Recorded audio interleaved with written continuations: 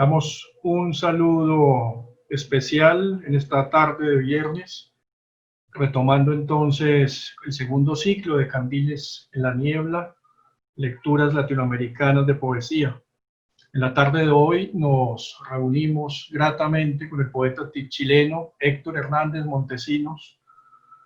Con Héctor íbamos a cerrar el ciclo anterior, tuvimos problemas de logística. Santiago de Chile nos hizo una mala pasada con la conexión de luz y ahora pues entonces gratamente lo tenemos por acá poniéndonos al día y como les decía, dándole inicio a este segundo ciclo de Candiles en la Niebla. Héctor, un fuerte abrazo de bienvenida y agradecimiento por tu compañía en la tarde de hoy. No, estoy muy feliz, Luis Arturo, queridos amigos, amigas en Colombia, en la universidad y quienes estén viendo este conversatorio, esta lectura. Feliz de que ciertamente, ¿no? La vez pasada lo planeamos, tú lo organizaste muy bien, el evento, todo, pero tuvimos el problema más insólito, que se cayó los cables acá en Santiago, estuvimos oscuras todo un día, entonces... que justamente esto nos demuestra que las tecnologías, uno construye un mundo virtual, una identidad, un universo, ¿no? Y basta que se caiga un árbol afuera de tu casa y pues ya se acabó todo. Pero ahora aquí estamos y con más ganas y han pasado más cosas y feliz de estar contigo nuevamente y con ustedes. Estoy muy contento. Muchas gracias. Leeré una breve reseña de Héctor. Héctor nace en Santiago de Chile en 1979.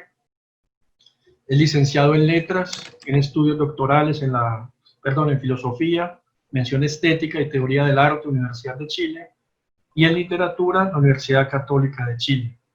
A los 19 años recibió el premio Mustakis a jóvenes talentos. A los 29 el premio Pablo Neruda por su destacada trayectoria tanto en Chile como en el extranjero. Ha sido becario del Ministerio de las Culturas, las Artes y el Patrimonio, Fundación Andes, FONCA, México y el CONICIT. Es el compilador de los 2 tomos de América, Novísima Poesía Latinoamericana, en 2010 y 2017, y Halo, 19 poetas chilenos nacidos en los 90, publicada en 2014.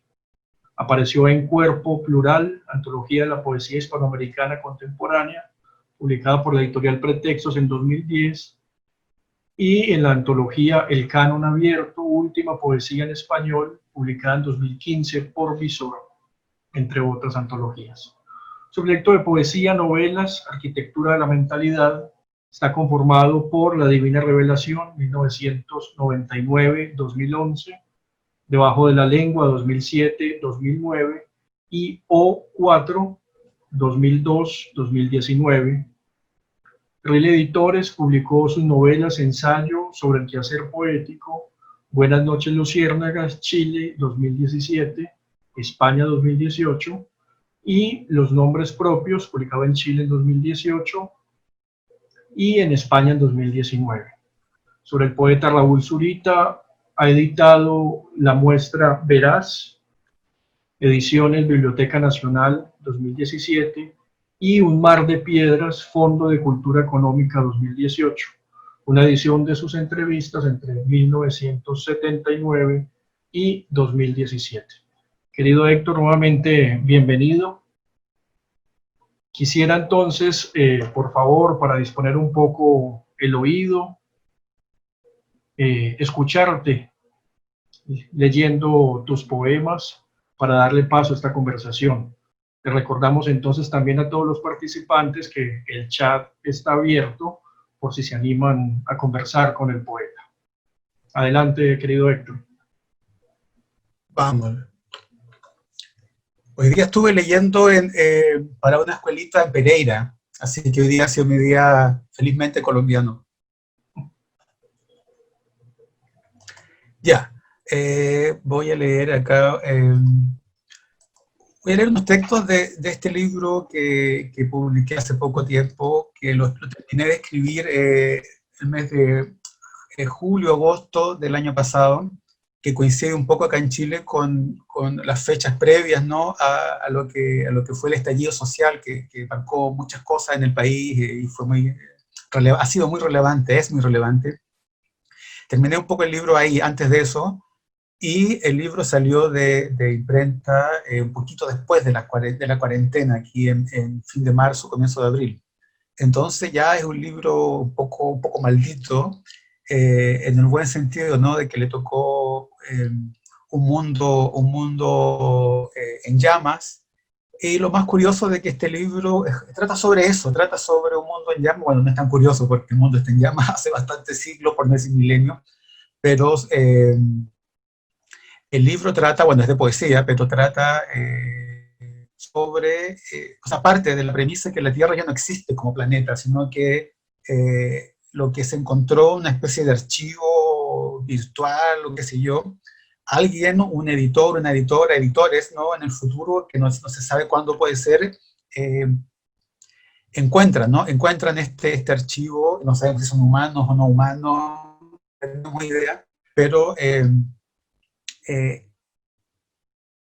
es lo que lo que quedó de una humanidad que tampoco sabemos si es esta o no. Entonces, y ese es el libro o cuatro, ¿no?, que siempre me preguntan cómo se llama, pero es un círculo con cuatro palitos, y tiene que ver con eso, ¿no?, con la idea de un mundo que ya no existe, y que en cierto modo, y luego, bueno, luego con el virus, lo que estamos viviendo, en cierto modo también el mundo dejó de existir como para nosotros fue durante la vida que hemos tenido. Entonces, este texto que voy a leer son unas pequeñas prositas que hablan un poco sobre eso, ¿no?, sobre el sentido de la poesía y el presente y el futuro y el pasado y todas esas mentiras. En cierto momento de lucidez extrema, las letras son imágenes, círculos, líneas que se extienden o pliegan, que comienzan y luego se acaban al alejar el lápiz de la realidad. Todo niño es un libro en la selva, un salvaje que mira las cosas con la extrañeza de la creación y la destrucción. Conocer significa armar y desarmar, o viceversa, y el lenguaje es la primera casa de muñeca que tenemos, en todo su artificio, su miniatura, su posibilidad de combustión. Nada se crea sin que algo se destruya. De alguna manera ese proceso es la dichosa transformación. Ciertamente la poesía no es mucho más que eso. El niño es el primero en saber que él mismo se transformará, aunque su presente, sea eterno. Su deseo y necesidad son justamente su infancia, las llamas donde arderá su pasado y su futuro. Algo similar ocurre en el poeta con su propio yo. La infancia es la adultez de la poesía, este planeta el lugar donde deben volver los cantos. Mirar el pasado es mirar a la muerte, aunque no exista un pasado, sino uno mismo mirándose en unas murallas con ojeras. Es la propiedad privada de la propiedad privada. Mientras más algo, más menos. Su lúcido recuerdo es desaparecer, las piedras y los padres de las piedras. Hacia el futuro se mira en plural, pues tarde o temprano todo renacerá en palabras. Los límites de la historia son los límites de la gramática, el tiempo de los tiempos verbales, el yo y el nosotros, en su imposibilidad de existir, en el duelo que significan bajo el sol. No hay humanos sino uno que los nombra a todos. No hay estaciones sino cambios de color, el color de la historia. Llueve la sociedad moderna y recién ahí recuerda que es sociedad y que no es moderna. El público de la lluvia se deja torturar por la historia de la lluvia, por la imposibilidad de un diluvio sintagmático, el desastre de que se mojen las palabras cuando queríamos calentarnos con ellas. Susurran bajo los polímeros, brillan las calles y todo lo que exuda vapor morirá. El invierno le recuerda al mundo que una vez se congelaron los colores y que hablar era un modo de sobrevivir, habitar y habitarse por el hálito de los perros de casa, un recuerdo de estalactitas, de palabras sobre el rostro, mientras espera la muerte. Eso es la memoria, hablar para no morir otra vez. Y el último, era un mundo maquinal y cavernario, atiborrado de dispositivos con uñas, cerebros extraíbles y sistemas digestivos de la información. La telepatía se hace a pie pelado y la corteza es el tamaño de nuestro universo. Era un mundo especializado en fabricar desechos, sintetizar proteínas de otros, información basura y el problema de la acumulación. Todo eructa en la memoria. Creemos recordar personas y hechos, pero recordamos las palabras que inventamos en ese momento. Palabras que hemos elegido para nombrar lo que nunca existió. A todo lo que podemos acceder de lo que ya no está, lo que ya no es, está en el lenguaje. Gracias, Héctor. Bienvenido otra vez. Yo ya iba... Viste que la tecnología no le gustan estos poemas, a este libro no le gustaba la tecnología. Yo ya me iba a sumar a tu lectura con otros textos tuyos. Héctor, te escuchaba un poco pensando este libro O4 y hablabas de un mundo en llamas. Yo inmediatamente me llevé esa imagen a tu escritura, ¿no? A tus otros libros, tu escritura en llamas. Y trataba de recoger un poco también pensando en este O4 que cierran 20 años de escritura tuya. ¿Cómo pensar esa relación de O4 con los primeros libros? ¿Cómo pensar ese jovencito de hace 20 años que se estaba enfrentando a la lectura, a la creación, a la escritura? ¿Cómo es ese proceso para llegar a O4? Bueno, gracias por tu pregunta, Luis Arturo, y pareciera que tenemos efectos especiales, porque la lámpara aquí abajo pareciera que tuviera una llama de fuego. Entonces, esta es una respuesta con efectos especiales, mira, me encanta. No, la historia es larga, pero muy sencilla, y es muy corta, pero también muy compleja, ¿no? Empecé a escribir a los 19 años, tengo 40 y al doble, y desde ese momento yo tuve la intuición, o quizás fue un poco una automaldición, no sé, que quería hacer 3 libros, porque a mí siempre me gustó mucho la tragedia griega y Esquilo, esas cosas. Entonces yo sentía que con 3 libros está bien, ¿no? Es como que 3 era el epicentro de algo que podía parecerse a una vida, ¿no? Entonces, en 99 me dediqué a escribir el primer libro, entonces, son 3 tomos lo que he hecho en poesía, son 3 tomos grandotes, ¿no? De 800 páginas, 500. Y eso es el proyecto, está cerrado ya con este libro 4, ya cierro lo que es la escritura en poesía. Entonces, de los 19 años que comencé el proyecto hasta ahora que lo terminé a los 39, son 20 años, como tú bien dices, de estos 3 libros. Como iba explicando, tiene que ver con eso, ¿no?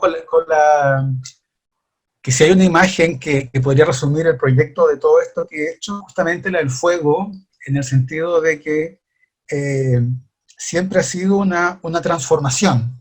Yo creo que la poesía transforma a quien escribe, transforma a quienes la leen, ¿no? Y nuestras propias historias como lectores tienen que ver con eso. Y transforma también el mundo, ¿no?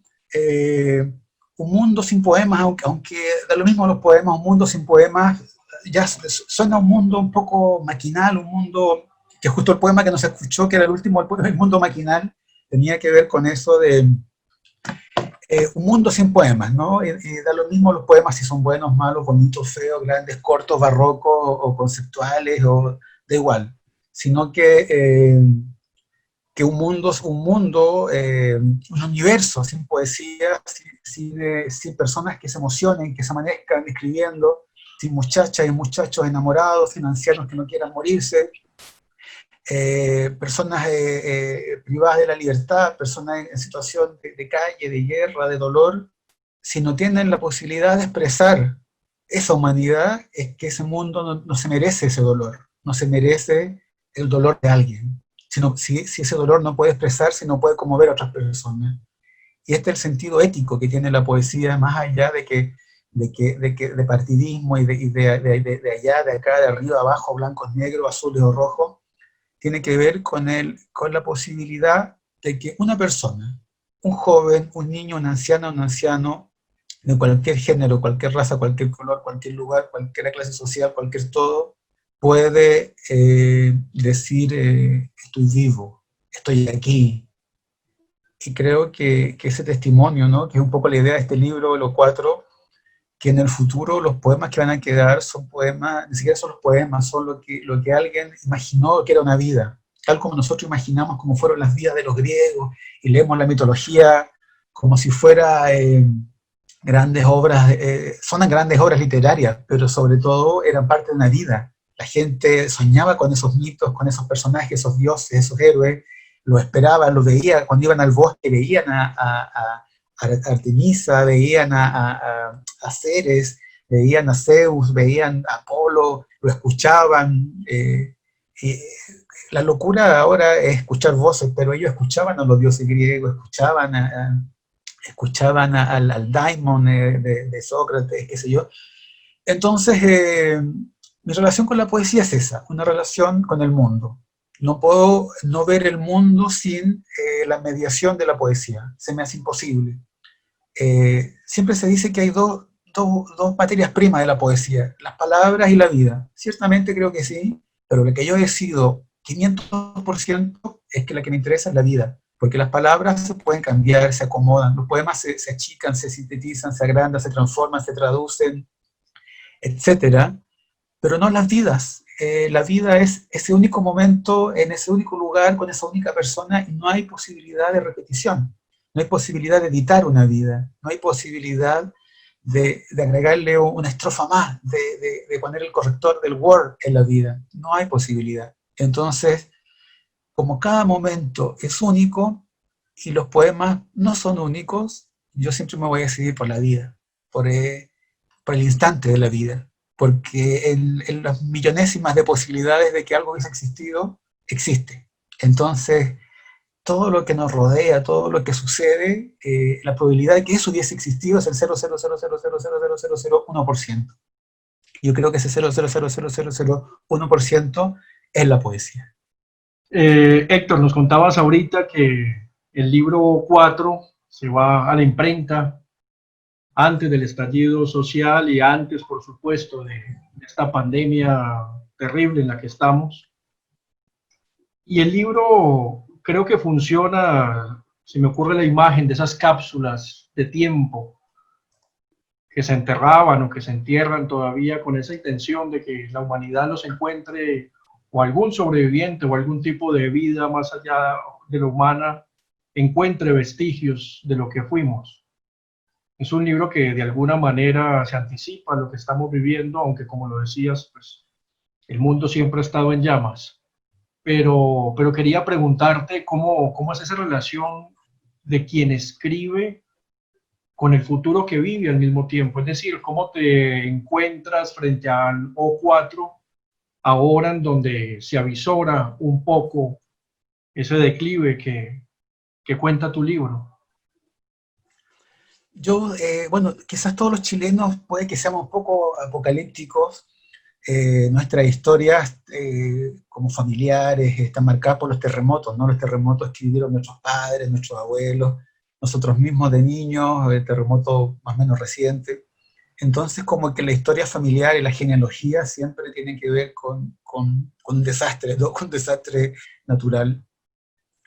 Y por mi parte, yo siempre me gustó mucho bueno, yo creo que mi gran problema, y ese es el problema que hace que uno escriba poemas y que haga cosas medias raras de escritura y qué sé yo, tiene que ver con imaginar mucho, que yo creo que es lo que hablaba un poquito hoy día con los niños de Pereira, de que Los poetas, las poetas, lo que hacemos es una especie de gran flashback o de retorno a la infancia, donde cada cosa, cada palabra, cada significado, cada brillito de todo era nuevo, y esa sensación de volver a ver el mundo de nuevo, y más ahora que el mundo ya está un poco cancelado, el mundo ya, estamos en las ruinas de un mundo y que ya eran las ruinas de antes, estamos en las ruinas de un mundo.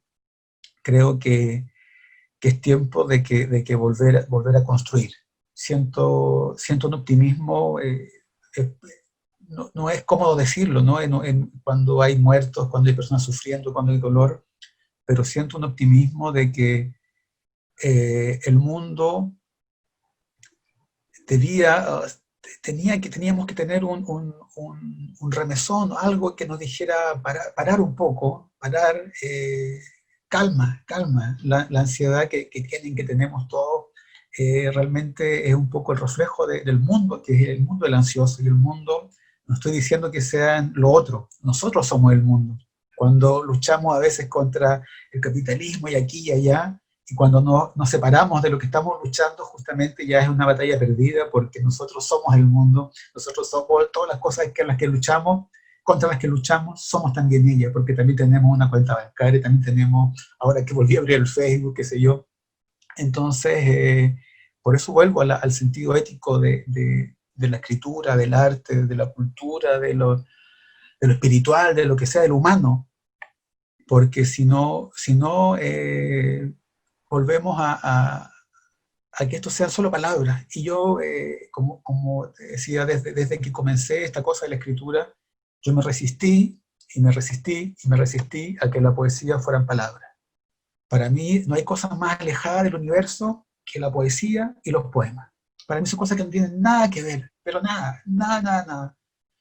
La poesía no tiene una explicación, no tienes una cercanía con la escritura. La poesía es algo que se vive, que se siente, que se transmite de manera no lingüística. Son hechos. Cuando tú vas por la calle y ves, no sé, un árbol que está diferente, un árbol que tú has visto durante 20 años, pero un día ese árbol tiene otro brillo, otro color, otro movimiento, y algo pasó. O, o una persona, o un concepto, una idea, un recuerdo, un trauma, una pesadilla, de repente los dolores que tenemos, de repente un día distinto, de repente algo pasó. Entonces, yo siento que la poesía tiene que ver con eso, con experiencias que no tienen nada que ver con el lenguaje. Y cuando acceden a una posibilidad de lenguaje, que ahí está el poeta un poco como intermediario entre este mundo de los vivos y este mundo más allá, accedemos al poema. Y para mí, ¿qué es el poema? Es un poco la muerte de la poesía, es la traición a ese hecho único, singular, que uno vive y que nadie más eh, eh, vive, porque uno no podría describir nunca cuando la sensación que tiene uno, por ejemplo, ya con este árbol que tú lo has visto 20 años, 30 años, 40 años o 3 días, y de repente ese árbol es distinto, se mueve distinto, pasó un viento, una ráfaga y se movió de manera distinta y no pudiste olvidarlo hasta las 3 de la mañana que estás en la cama. ¿Y por qué se movió así esas ramas, esas hojas? Eh, ¿Por qué pasó eso? Los antiguos dirían, ¿no? Pasó Apolo, pasó un dios. Otros dirían que las corrientes del mar dan lo mismo, pero esa experiencia es indescriptible, intraducible, porque es una experiencia física. Yo siempre yo digo el chin, y cuando hago chin muevo las manos, no se ve, pero digo chin, es ese momento, porque es una expresión biológica. Mi cuerpo hace chin cuando veo algo que me emociona o que me modifica, me llama, mi cuerpo reacciona, y no es porque yo sea una antena parabólica de la locura, sino que a todos nos pasa que reaccionamos eh, frente a cosas que son maravillosas. Y la diferencia, si hay una diferencia entre los artistas y no artistas, es que los artistas se quedan pegados con esas cosas. Las personas no artistas, que no son ni mejores ni peores, la olvidan, la dejan pasar, pero también las viven igualito que los artistas, las artistas. Por eso la diferencia es que nosotros nos quedamos con eso y lo transformamos en un poema, en una canción, en una película, una obra de teatro, una obra de danza, una artesanía, un canto, un secreto, etc. Pero los materiales de trabajo de toda la humanidad es la propia humanidad. Entonces, cuando yo tengo que pensar en mi poesía, no podría jamás hablarte de las palabras, ni siquiera de los poemas, sino que tengo que volver justamente al hecho de que detrás de cada poema hay un montón de noches sin dormir, hay un montón de terminales, de buses, de aeropuertos, de carreteras, en que alguien no me pude despedir. Y lo único que me quedó fue escribir un poema 2 días después o 2 décadas después, es lo mismo. Pero para mí la poesía siempre es un hecho de vida, un hecho de la demostración de que uno sobrevivió a algo y posiblemente a sí mismo. Muchas gracias, Héctor. Héctor, escuchándote, en esa reflexión tan bella que hacías sobre la ética en la escritura, yo volvía a un par de entradas que tienes en este librito, en esta antología, entradas o segundas evidencias mejor, y dicen, la poesía le ofrece al mundo no una visión de la poesía, sino una visión de ese mundo. Y la otra que quería destacar es, la poesía ve ruinas donde el mundo ve monumentos. Sí, son un par de escritos tuyos ahí. Y quería relacionarlo ya para pasar un poco también de O4 y hablar de otros temas. Quería preguntarte también, nos hablas de la vida y en tus libros te encontramos ahí presente, es decir, hay una especie de híbrido enorme en donde se recrean personajes. Quisiera que nos hablaras un poco también sobre Auroro, cómo nace ese personaje, quién es, que nos hables sobre ti en tus propios poemas, ¿no? Hay un tono también autobiográfico en muchos de ellos, hay una intención por retratarse en ellos, donde nos cuentas de tus viajes, donde nos cuentas de la soledad, de la noche, de los amores, ¿sí? ¿Cómo se articulan todos esos elementos en un libro y más en un libro de 500 páginas, en un libro de poesía de 500 páginas? Y para cerrar la pregunta, que ya es bastante, ¿qué es eso de, no de libros de poesía, sino de novelas de poesía? Porque ya es la tercera y como lo mencionabas ahorita son libros de 500, 600, 800 páginas. Quisiera que nos cuentes un poco también sobre ese nuevo concepto de poemas, novelas, poemas. Nada, no está nuevo, ya lo hizo Homero, pero bueno. En realidad yo cuando empecé a escribir, como te decía, bueno, ahora pienso un poco en esa pregunta, en ese momento no me lo hacía a los 19 años, tan claro como ahora, pero cómo hacer poesía sin poemas, que esa era un poco como la pregunta inicial de todo. Cómo llevar a un libro, a una obra, a un objeto material, todas estas cosas esta experiencia que estaba viviendo, que estaba sintiendo a nivel personal o a nivel colectivo, con mi grupo de amigos, con mi generación, cómo, cómo esa poesía, yo empecé a los 19 años, yo estudiaba en la Universidad Católica y literatura, pero me aburrí mucho, y con mi amiga Paulina Vaca me invitó a un taller de poesía y ahí comenzó todo, porque era lo opuesto, ¿no? Un poco a lo que había en la universidad, y por eso tengo mucho cariño a los talleres, porque a los talleres siempre digo lo mismo, pero me solazo en que sea así, de que llegan ahí los bichos raros, ¿no? Cuando un muchacho, una muchacha lee libros hasta las 3 de la mañana, ve, no sé, documentales sobre poetas y habla con sus amigos, sus amigas sobre poesía. La familia, las parejas, los compañeros, compañeras dirán, oye, qué rara esta persona. Y seguramente todas las personas que hemos escrito, que hacemos arte, este tipo de cosas, nos hemos sentido un poco siempre fuera de mundo, ¿no? Y no es que sean malas personas que nos rodean, sino que ciertamente lo que hacemos es un poco raro. Entonces, cuando a este taller llegan, a un taller cualquiera, ¿no? Llegan 5 o 6 bichos raros, entonces en ese taller ya nadie es bicho raro. Todos somos iguales, somos comunes, algo común nos une. Y todo lo que sea común es siempre una ética. Entonces, cuando en un taller eh, estos 5 bichos raros empiezan a hablar de poesía y Rimbaud y todas las cosas que siempre se habla y que siempre se va a hablar fantásticamente de Ginsberg, de Huidobro, de lo que sea, es algo mágico. Comienza algo ahí que es importante porque te das cuenta, al menos en mi caso, ¿no? Que por primera vez me di cuenta de que no estaba solo, de que estas voces, ¿no? Que estos dioses griegos que te hablan, también le hablan a otros. Y cuando te das cuenta que los dioses le hablan también a otras personas, y no lo digo en sentido mesiánico, nada, sino que digo las voces, todos tenemos voces, las voces que nos hablan, y que son nuestras voces, las voces de nuestros muertos, nuestros amores, nuestros futuros, nuestros hijos, nietos, tataranietos, etcétera. Todo nos habla, cuando podemos escuchar ese árbol que se mueve con la ráfaga de manera misteriosa, cuando podemos escuchar ese árbol, es porque nos está hablando, porque aprendimos a escucharlo. Cuando vemos una nube hermosa y nos conmueve una nube, de las 100.000 millones de nubes que hay, pero una nos conmueve, es porque aprendimos a escucharla. Entonces,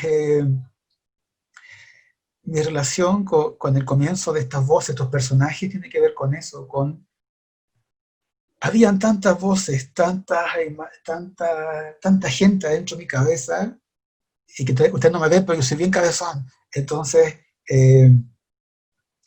había tantas voces, tantas personas hablando, que yo dije, ya, lo que voy a hacer es que todas tengan un derecho a hablar, que tengan un derecho a la palabra, un derecho a una voz, a un poema.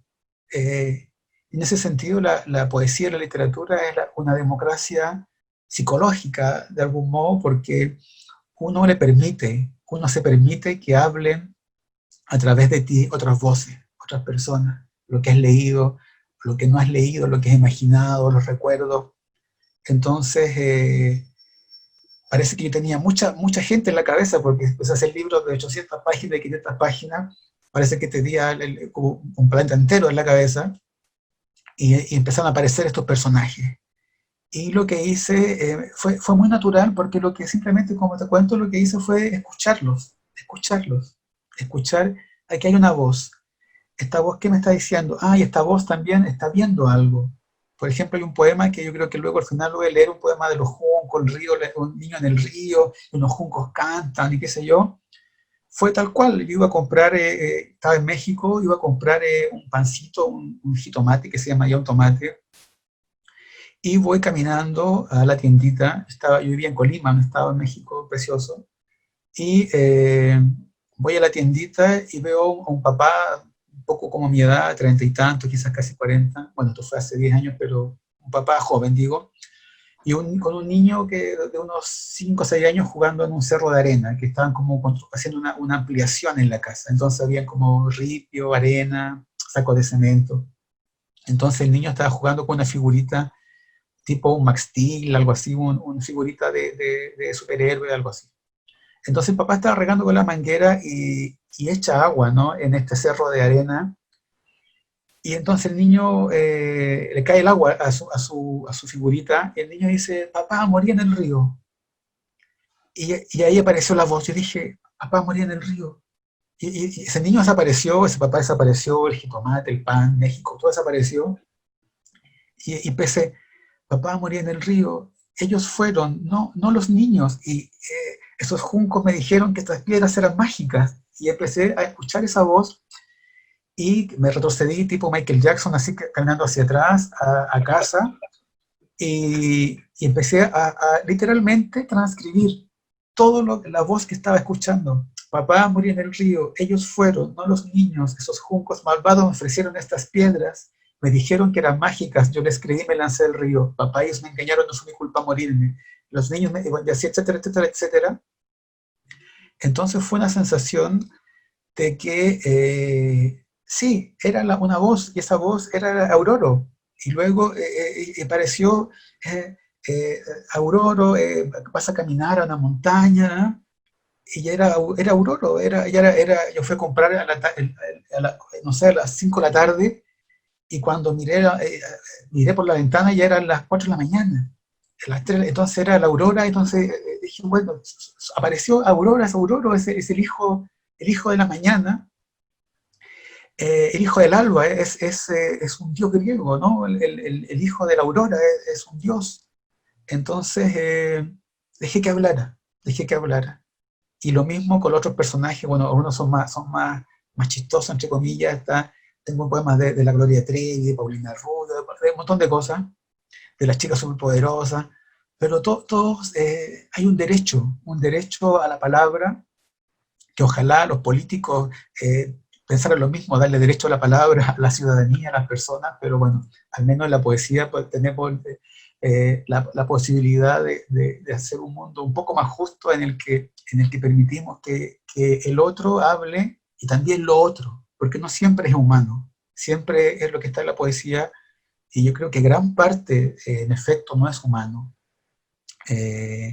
Hablan, el fuego habla. De hecho, el día que te voy a contar una cosa medio extraña, y a ti, a quienes nos están viendo, que tiene que ver con el día que se cortó la luz, que íbamos a hacer la primera conexión y no hubo, y se cortó la luz, evidentemente, y yo prendí una velita que tenía ahí y me puse a tomar unos apuntes, qué sé yo, sobre el corte de luz, y de hecho voy a leer ese poema ahora, se me ocurrió que podría funcionar, porque escribí ese día.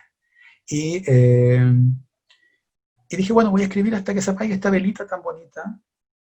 Y luego empecé a mirar la llama de la vela, que es una cosa que uno ya perdió en el mundo del campo, quizás donde no hay luz eléctrica, es más común, la vela, ¿no? Pero la vela es algo que nos sustrae al siglo XV, al siglo XIV, al siglo V, hombres, mujeres leyendo a oscuras con una vela, y a mí se me fue el tiempo. Yo dije, estoy a oscuras, rodeado de libros, escribiendo con una vela. Esto es el siglo XXI, pero podría ser el siglo XI perfectamente, y podría ser el siglo IV, y podría ser el siglo I antes de Cristo, y es la misma escena. Un hombre escribiendo a la luz de una vela. Y la luz de la vela en específico tenía unos movimientos que yo jamás había reparado. Cómo se movía esa luz, cómo suena, cómo canta, cómo esos colores que van cambiando. Entonces yo tuve una revelación gracias a ese maldito corte de luz que nos arruinó nuestra lectura anterior. Tuve una epifanía justamente de que las cosas, antes que verlas, hay que escucharlas. Escuchar todo, porque todo está hablando, todo está vibrando, todo canta, todo tiene un sonido, y no es que uno esté bajo situaciones psicotrópicas, sino que al ponerle un nombre a algo, ya ese algo canta. Si tú le pones un nombre a un perrito, ese perrito ya, esos ladridos no son los ladridos de un perrito, son los ladridos de Bobby, de Juanito, de quien sea. Entonces, hay algo ahí en la palabra, hay algo ahí en el ver, hay algo ahí en esas voces. Ahora en la psiquiatría, en el mundo moderno, la gente que escucha voces le dan remedio y le dicen que está loca. No, desde la poesía yo le digo, no, usted no está loca, usted no está loco, usted es un artista. A esas voces hágale caso, conviértala en poemas, en canciones, escriba una carta, escriba en el Facebook, escriba un testamento, escriba una carta para alguien que nunca la va a leer, pero no importa. Esas palabras nos recuerdan que somos parte de algo más grande, que nosotros. Muchas gracias. Héctor, nos antojaste de ese poema. ¿Te animas a leerlo ya? Para Sí, acompañar. Vale. primero lo voy a buscar, así que sí que me puede hacer una pregunta cortita por mientras. O, bueno, si lo encuentro rápido, porque, pero como te digo, no lo tenía pensado, pero sí, y tiene que ver con lo que hablamos del fuego, con tu primera pregunta, en la relación del fuego. Yo siempre digo que la poesía chilena, y quizás tú me puedas decir, ¿no? Que si pasa la poesía colombiana, En la poesía chilena tenemos nuestros 4 poetas, que son los poetas clásicos, los poetas, nuestro canon, que son Neruda, Mistral, Huidobro y Pablo de Roca. Entonces, yo, para hacerlo mnemotécnicamente, o elementécnicamente, yo digo, bueno, Pablo Neruda es el agua, ¿no? Porque el bacalao, el pescado, la isla negra, la mascarón de proa, y su poesía tiene que ver mucho con el agua, tiene miles de poemas del agua, el mar, etcétera. Al mismo tiempo, Huidobro con el Altazor y todo es el aire, su poesía habla del aire, Octavio Paz le dice el oxígeno invisible, todos los poemas al Altazor, Apagos Ocultas, esto tiene que ver con ese espacio en la página, que es aire, que es literalmente aire. La Mistral es seca, es dura, y ella habla de la tierra y se identifica con Monte Grande, que es donde vive, de esos valles en el norte de Chile, la cordillera. Ella se identifica con lo árido y lo seco de la tierra, del desierto. Y Pablo de Roca, que el menos conocido quizás es un poeta colérico, de libros también de, por ejemplo, Los Gemidos, que es un libro de 1922, que es el primer libro vanguardista nuestro, y que yo me identifico mucho con Pablo de Roca, me siento muy rockiano, porque Pablo de Roca también es el fuego, ¿no? Es la combustión de las cosas, escribir siempre con un mundo en llamas, posiblemente el mundo a veces está más en llamas que otras veces puede que no esté en llamas, pero cuando el poeta está en llamas, pues todo arde, ¿no? Entonces Pablo de Roca representa el fuego. Entonces cuando... bueno, en las cosas que se me ocurren, esas teorías raras, yo digo, quizás en todos los países hay una especie de canon poético y los poetas, y hay poetas que tienen que ver con los elementos, pero no lo sé, es una teoría misteriosa, sería más misterioso que fuera así, que en cada país se pudiera hacer un canon de esos poetas literalmente elementales. Pero bueno, habrá que hacer una investigación, ahí tienes una nueva investigación, Alberto, una investigación, los elementos y los poetas. Ya encontré el texto. Vale. ¿O ya encontraste los poetas elementales de Colombia? Creo que podríamos seguir un poco esa reflexión, ¿no? Ya mira, voy a leer el texto y luego ya te doy tiempo para que reflexiones más sobre tus poetas elementales de Colombia. Suena WhatsApp, pero creo que a mí lo voy a cerrar entonces. Aquí está. Bueno, este poema tiene que ver con ese día a oscuras, ¿no? Que fue un gran día, lamentablemente no por lo que no pudimos conectarnos, pero fue un día que quedó acá en este texto. Un mundo sin luz vuelve a ser el mundo del habla, del susurro, de la interjección. Cuando casi no nos vemos y solo podemos oírnos, es la voz literalmente el mundo entero, lo que está cerca y lo que está lejos, lo preocupante o lo que nos hace sonreír, la soledad o el amor. La diferencia entre los vivos y los muertos son solo sombras y quizás siempre haya sido así. Oscurece poco a poco y el tiempo se convierte en espacio. Todo lo que siempre fue blanco, invisible, una pátina iluminada, comienza a tener volúmenes, perfiles, aristas en esta penumbra del presente. Los objetos nos miran cuando bajamos la mirada, nos acechan los ruidos en la única vez que reparamos en ellos, y es la sensación de que no somos dueños de nada. Estamos en medio de algo que solo podemos percibir cuando no podemos verlo. Si me despertara de un sueño y me dijeran que han pasado 150 años hacia atrás, lo creería sin dudarlo. Uno observa un muro y ve en él su cabeza mirando a otro muro que ya no existe. Un grupo de personas alrededor de una vela, antes o después de Cristo, es exactamente la misma escena.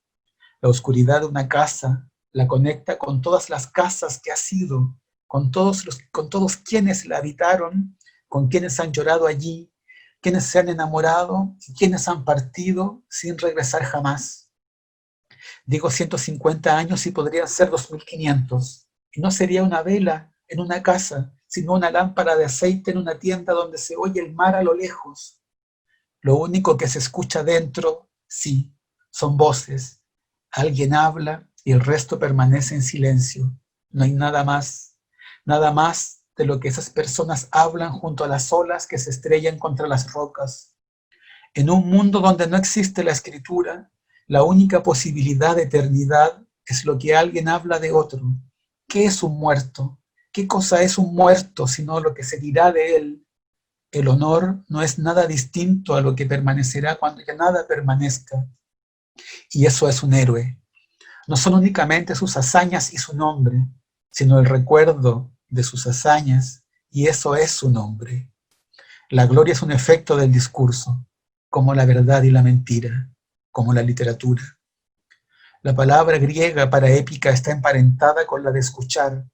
Escuchamos lo que esos hermosos muchachos cantaron, cantan, seguirán cantando, como el canto de los pájaros que también es parte de esa familia de los significados. Solo en oscuridad se puede escuchar ese trino, solo ahí es posible esa inmortalidad. El héroe no es más que lo que alguien oyó y repitió, un rumor, un asombro, una pasión, lo que cientos de personas, quizá miles, hablaron, imaginaron, soñaron, cantaron. Un héroe es el que sobrevivió al silencio, al olvido, al vacío en el aire entre un rostro y otro. Héroe es alguien que alguien aún recuerda. El lenguaje como alfabeto aparece entonces como pequeñas casas en el oído, oficinas de la mirada, como una tironía nueva para la mente. Hay otra naturaleza dentro de la naturaleza, posiblemente un virus que habita entre esos palos parados y sus toldos. La letra es siempre enfermedad y está vacía. Esos signos muertos con cabeza de vaca y en forma de rueda no pueden traer comida al granero. Mienten. Dicen que la escritura hará más hermoso el mar. Escribiremos para que los héroes puedan descansar unos milenios. Se escribirá para que esas voces cesen poco a poco. El oráculo sabe que el enemigo no es el que toma la espada. Él habla la reunión, la asamblea.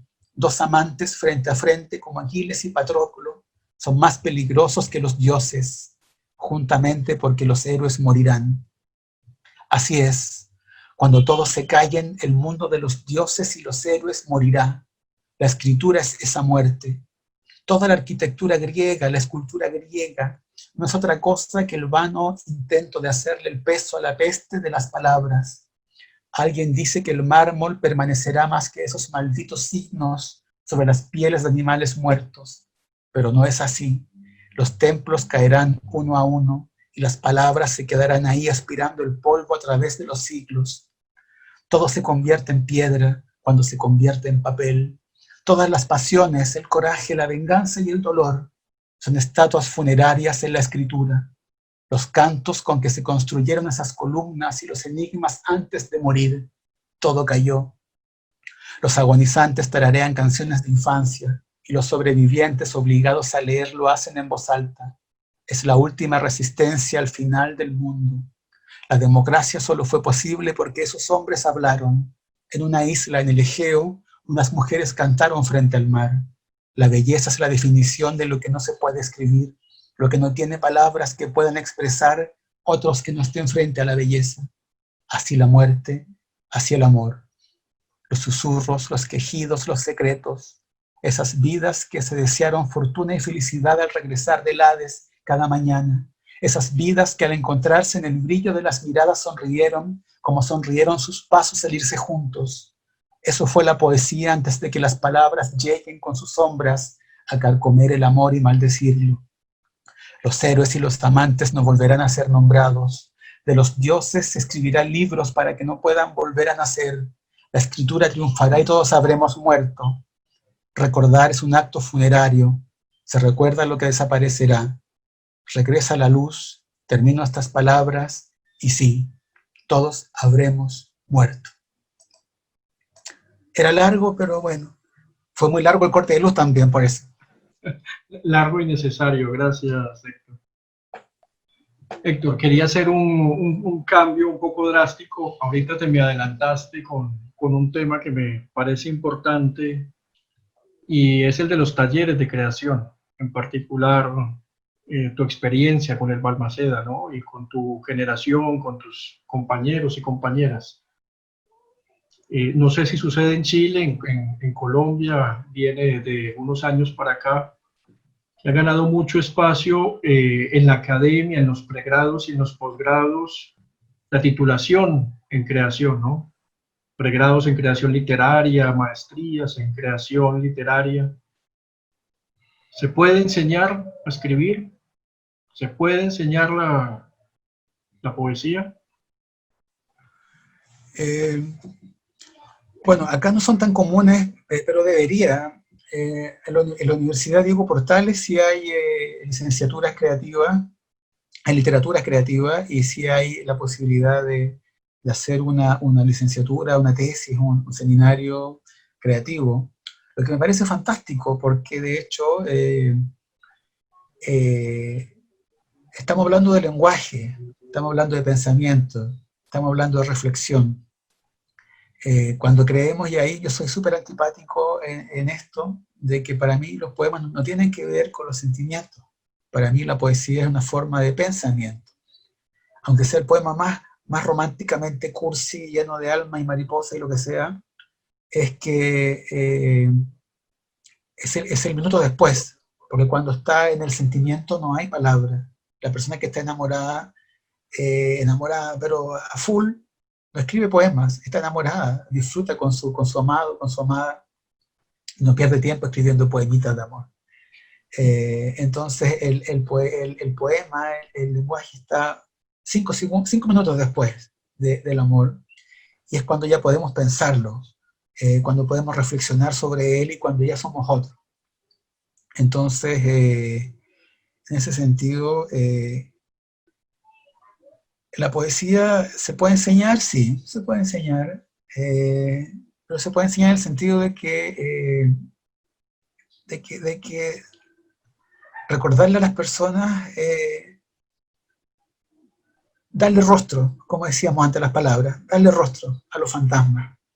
Y los fantasmas pueden ser nuestros recuerdos, nuestros traumas, nuestras pesadillas, o nuestros miedos, sobre todo, ¿no? El gran enemigo de la poesía es el miedo.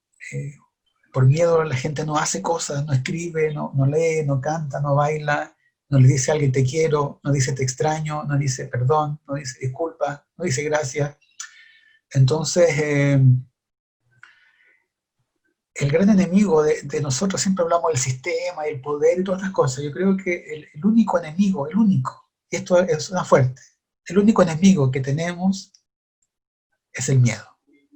Porque el miedo nos hace que compremos, que consumamos, que nos fanaticemos, que olvidemos, que dejemos de querer, que dejemos de recordar, que dejemos de escribir, que dejemos de soñar, que dejemos de tener fe, que dejemos de amar. Y todo eso no son otras cosas. No es ningún ismo, los enemigos, y tampoco los amigos. Es el miedo. Entonces, cuando uno se convierte en algo así como un poeta, uno es un testimonio, y no digo un testimonio del lado bueno de la fuerza, uno es un testimonio de que se atrevió a hacer cosas. Y cada persona que escribió un poema triunfó, porque hubo una guerra entre el universo y el no universo. Ese poema que alguien escribe, sea como sea, da igual, pudo perfectamente no haber sido escrito. Y el 99.99999% era para que no fuera escrito ese poema, pero se escribió. Entonces, el triunfo es un triunfo abismal, es como una goleada al universo, que existe un poema. Y ese poema siempre es un triunfo. Entonces, cuando uno hace un taller o enseña, yo hago clases en la universidad de literatura, a veces curso de poesía, yo creo que sí se puede enseñar estas cosas. Me da lo mismo si un alumno o una alumna me trae un soneto, me trae un poema conceptual, un poema concreto, un poema barroco, un poema objetivista. Me importa exactamente lo mismo, porque lo que menos me interesa de su poema es su poema. Es lo que menos me interesa.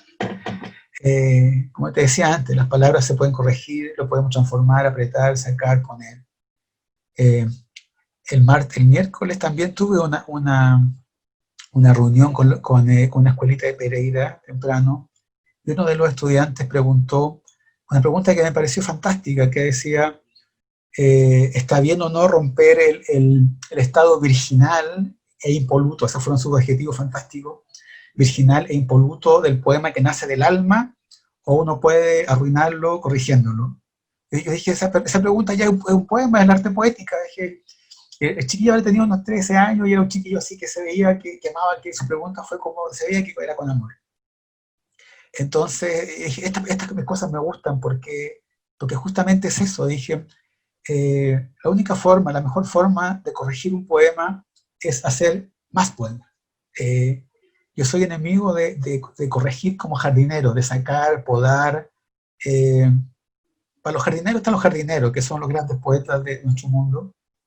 Yo creo que cuando alguien que está escribiendo poemas, sea que alguien que esté comenzando en esto, o que tenga ya pasos avanzados, o que ya esté en un momento en que sea, creo que la mejor forma de corrección de un poema es hacer más poemas, porque la poesía de algún modo se autorregula, y un poema siempre está hablando con otro, porque si creyéramos esa ingenuidad que a veces cree la poesía objetivista, o qué sé yo, de que un poema es una unidad cerrada, o el estructuralismo, peor todavía, que cree que un poema es una unidad cerrada, entonces mejor nos vamos al McDonald's y hacemos hamburguesa poema, pues no sé, hacemos libritos felices. Y los libritos no son felices. Un libro de poesía, siempre hago una diferencia, por ejemplo. Para mí el poemario es un libro que colecciona poemas y que está uno detrás de otro y que da lo mismo un poco el orden cronológico, etc. Y ese es un poemario para mí, que lo miro un poco así, lo miro un poco feo. Pero un libro de poesía está pensado, construido, que ese poema que va al comienzo tiene que ir ahí, y no podría ir en el segundo lugar, ni en el quinto, ni en el octavo, ni en el último. Tiene que estar ahí porque ahí tiene que estar, porque dialoga con el que sigue, y si uno lo mira desde atrás, dialoga con el último, y el segundo poema dialoga con el penúltimo, el tercero con el antepenúltimo, o si uno los da vuelta y lo hace un origami, este otro se contacta con otro, etcétera. Entonces, estas cosas sí se pueden enseñar, yo creo, que un libro de poesía y un poema está en diálogo con todo, no son papas fritas, no son papas fritas. Ojalá fueran papas fritas para alimentar al mundo. Son papas fritas, me encantan las papas fritas, amo las papas fritas, pero no. Entonces, en los talleres, en la universidad, que ahora estoy un poco peleado con el mundo de la universidad, pero bueno, pero con ustedes me reconcilio, pero estoy enojado con la universidad. Eh, sí se puede enseñar y uno hacer un testimonio, y suena medio así como de rehabilitación, pero no. Por ejemplo, yo veo, no sé, a nuestro poeta Raúl Zurita y es un testimonio vivo, o a Carmen Berenguer, a Pedro Lemebel, qué sé yo, a Soledad Bariña, a las cocinas, digo, de Chile, a poetas amigos, que su sola existencia, aunque estén en su casa junto al estufa muertos de frío, su sola existencia ya es un testimonio de que sobrevivieron a una época, sobrevivieron a sus propios demonios, sobrevivieron a un mundo espantoso, y están ahí. Y entonces, para mí cada poeta es un testimonio. Aunque a veces me pelee con ellos, me caigan mal, me caigan bien, da lo mismo.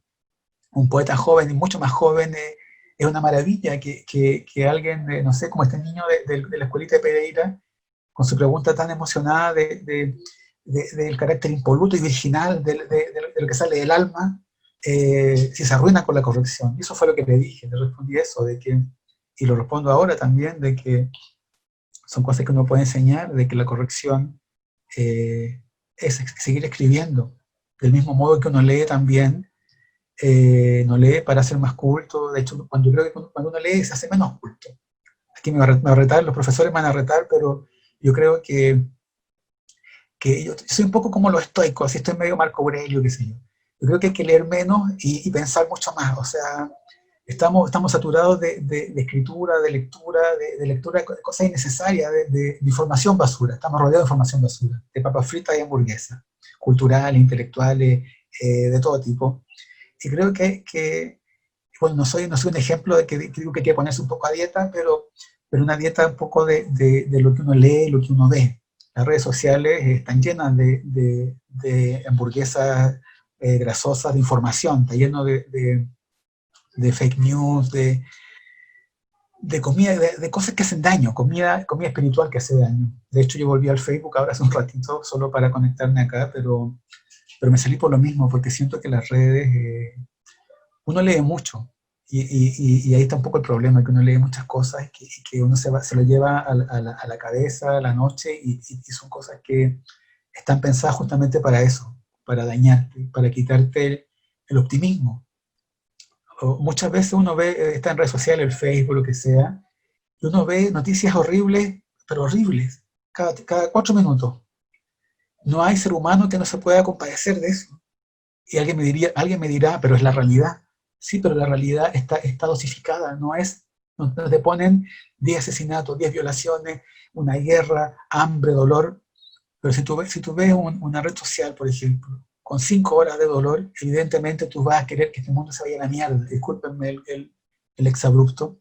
Y justamente los profesores, profesoras, gente que trabajamos con otras personas, que hacemos poesía, arte, nuestra lucha es porque el mundo no se vaya a la mierda. Nuestra lucha es porque la gente no pierda la esperanza, no pierda la fe, que no puede ganar el miedo, no puede ganar el odio, no puede ganar, no puede ganar. Y nuestra labor como maestros, como maestras, como enfermeras, como personas que cuidan ancianos, que cuidan niños, que cuidan gente enferma, que podemos escribir, que podemos leer, que tenemos el don de poder expresar lo que está adentro de nosotros, no podemos permitir que ganen los malos. Y los malos son justamente el miedo, la ignorancia, el odio. Y nuestra labor ahí, quizás es media mesiánica, no es lo mismo, pero nuestra labor es una labor ética, una labor de no dejarlos ganar, y que si un muchacho, una muchacha escribe, o un anciano que está enfermo de cáncer, está muriendo, que escriba, escriba y escriba y escriba, porque esos poemas van a vivir mucho más que lamentablemente esa persona. Entonces, sí se puede enseñar poesía, pero esta poesía. Yo en mis talleres, cuando les digo primer taller, hago un taller y digo, bueno, en este taller yo no voy a leer ningún poema de ustedes, no me interesan sus poemas. Entonces la gente queda como, ya qué mierda, en este taller, esto que es una estafa piramidal, esta cosa que es. Y empiezo a explicarle estas cosas y empiezo a hablar. Y al final de cada sesión del taller, yo hago así como un bordado y digo, bueno, todo esto que hablamos tiene que ver con esto y es literatura. Y esto es arte, es lo que importa. Y la gente se queda bien feliz, se queda bien contenta. Cuando me piden muchos poemas, ya, cuando son muy cruciales, digo, ya, bueno, sí. Pero en general, como te decía al comienzo, ¿no? Soy un guerrillero, un terrorista de la poesía, y siento que tenemos una labor, más ahora en este mundo, en este renacimiento. Yo creo que tal como el siglo XVI, después del medievo, después de pestes, guerras, hambrunas, monarquías que se caían, absolutismos religiosos, raciales, el mundo en fin del siglo XV, siglo XVI se fue un poco al carajo, pero esos italianos, esos humanistas, desde Dante en adelante, me salió una rima, desde Dante en adelante, eh, algo pasa, y el Renacimiento justamente es la explosión del arte, la ciencia, el pensamiento, la belleza, los monumentos, pero solamente eso se pudo construir sobre la esperanza de los millones de muertos que hubo antes. No pudo haber sido de otro modo, del mismo modo que yo siento que Latinoamérica pudo construir la mejor poesía del mundo, que es la que tenemos nosotros en nuestro continente. Tenemos la mejor poesía del mundo. Y ahí soy chauvinista, pero chauvinista sudaca, 100%, 1000%. Que vienen los gringos, los europeos, que sea, decirme que su poesía, yo digo, bueno, no, y ahí me pongo antipático, y ahí soy un chauvinista sudaca, pero al cubo. Yo digo, no es cierto. La poesía que tenemos en nuestro continente, desde la poesía indígena en adelante, es una poesía que no se compara con nada. Nada se parece a lo que hicimos. el siglo XX en Latinoamérica es nuestro siglo, es un nuevo siglo de oro. En España tiene el siglo XVI, que es un siglo maravilloso, su poesía, San Juan de la Cruz, todas las cosas son maravillosas, siglo XVI, siglo XVII. El siglo de oro de España es una maravilla. La poesía mística es sin duda el límite, es increíble, alucinante. Pero el siglo XX fue nuestro siglo de nuestra poesía y es un siglo de oro. Y posiblemente no van a querer entenderlo así, pero en el futuro dirán el siglo de oro de la poesía mundial, en el siglo XX fue la poesía latinoamericana. Héctor, ahí me das pie a una nueva reflexión. Estaba pensando en los ejercicios que has hecho de escritura. Ahora nombrabas esas figuras tutelares de la poesía chilena, de Roca, Neruda, Huidobro, Mistral. Tú has hecho reescrituras de estos poetas y también has hecho una labor importante desde las antologías.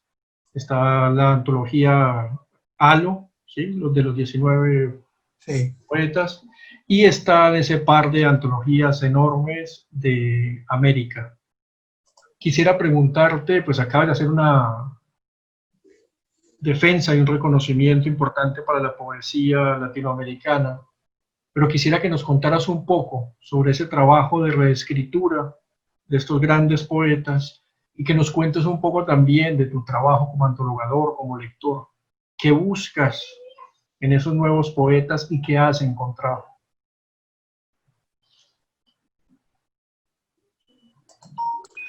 Para mí, la antología, tengo cariño a todo. Hay cosas que generalmente en el mundillo poético se odian varias cosas. La gente odia las generaciones, odia las antologías, odia a los poetas, odia el mundillo, y son cosas que a mí me encantan, son el revés de todo. Me encanta la posibilidad de una antología, me encanta, como te digo, el taller, y estaba cerrando esta ventana. Y me encanta justamente la antología porque tiene que ver con todo lo que estamos hablando. He tenido la suerte de viajar mucho, como buen sagitario que soy.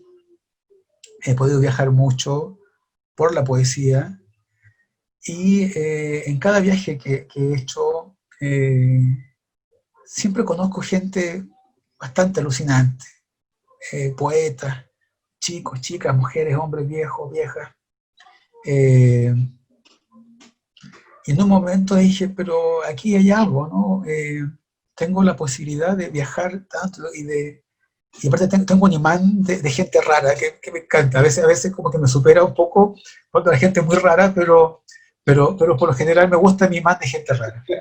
Entonces voy en un bus, en la calle, lo que sea, y me pasa cosas raras y me habla gente rara y me gusta. Entonces, muchas veces en lecturas, festivales, van gente a ver estas cosas y yo me hago amigo de los más raros, que me gustan, porque tenemos una afinidad. Y me voy con ellos a tomar a un bar y conversamos y es fantástico. Y luego, casi por regla general, esas personas me muestran sus textos y me cuentan que están excluidas del mundillo, que están excluidas de los festivales, de los cacicascos, de las ciudades más chicas, y que los del ministerio los odian, y que la universidad los odian, y que no sé qué. Y casi siempre pasa de que esas personas, esa gente rara, que me gusta la gente rara, escriben de manera maravillosa. Y así he conocido a muchos de los poetas que aparecen en América, que son estas antologías van 2 tomos, hay un tercero que espero aparezca pronto, que son 40 poetas, ¿no? Por cada libro son 40 poetas, 2 por país. Y me propuse que fuera así, 2 por país. Y de todos los países de Latinoamérica, porque hacer antologías como ganador, como que no hay riesgo, ¿no? De la poesía de Chile, de países más grandes, qué sé yo, como que ya sí puede ser. Pero cuando hay que chambear, como se dice en México, y buscar poemas de poesía de El Salvador, poesía de Costa Rica, poesía de Paraguay, poesía de qué sé yo. Eh, Creo que ahí hay un reto como uno, como editor de un libro así, y como poeta, y como generosidad, y como curiosidad, y como alguien que ama la poesía, que siempre uno dice, ¿qué habrá de poesía en Paraguay? ¿Qué habrá de poesía en Bolivia? ¿Qué habrá de poesía en Honduras? ¿Qué habrá de poesía en Panamá? Y si uno tiene la suerte de viajar, sería mezquino no mostrar eso, no darlo a conocer a esos autores, esas autoras maravillosos que están en América, en los dos Américas, y que son eso, el único requisito, y tampoco andaba haciendo como un casting, sino que conocía gente rara, y bueno, algunos son tan raros, algunos ya dejaron de ser raros, algunos están muy señores y muy señoras, pero bueno, pero en su momento era gente rara, y, eh, y había una escritura que conectaba, que coincidía con lo que yo estaba pensando de lo que podía ser un presente en la poesía latinoamericana, un presente, una poesía del siglo XXI, que es algo que un poco no te respondí antes con respecto a la generación, al taller de Balmaceda, que para mí es clave.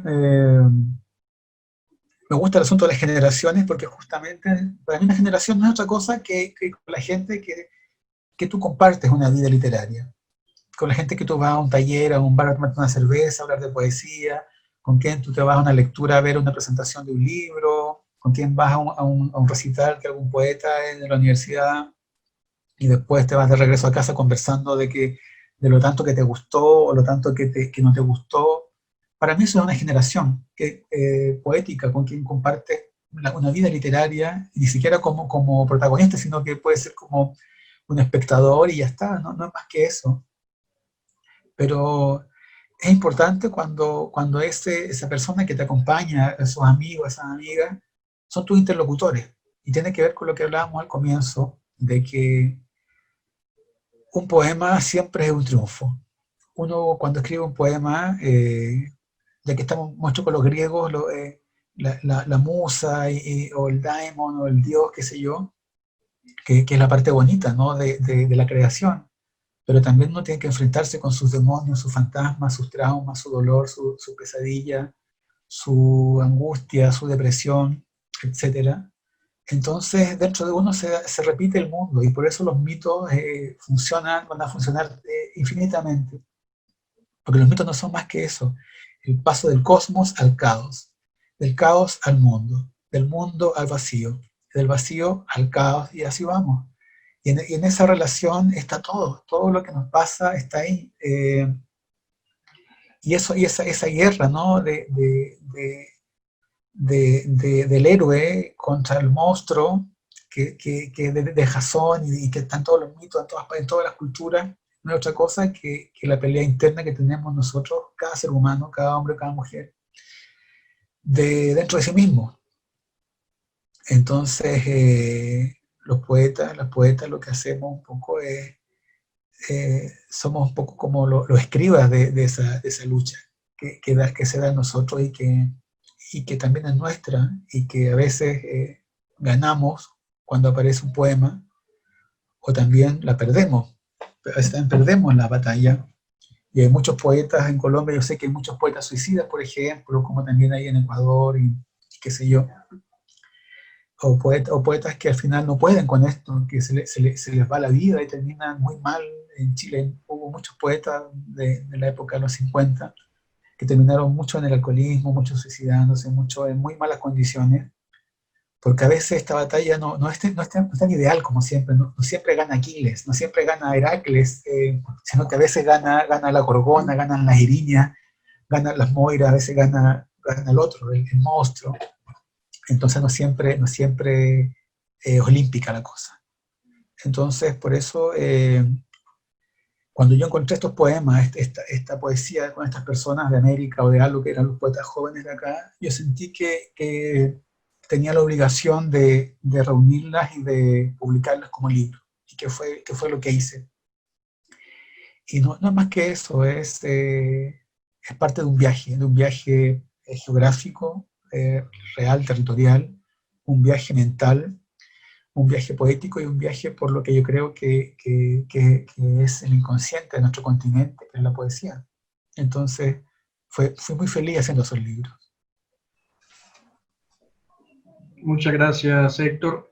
Héctor, voy a hacer un paréntesis porque hay comentarios por aquí en Facebook de tus amigos, amigas, gente que te quiere bastante. Nos acompañas desde Perú, desde Ecuador, desde Argentina. Te saluda Marcela Correa, María Elcira Brum, Ay, qué linda, María Elcira. Elías Rivadeneira, también te saluda de Ecuador. Rafael García Aquí, Godo. Rafael García Godo. Gran poeta, es un poeta de América, Rafael, un gran poeta peruano. Leda Quintana. La Leda también, mi amiga es peruana. Yo amo el Perú, yo nací equivocado, yo creo.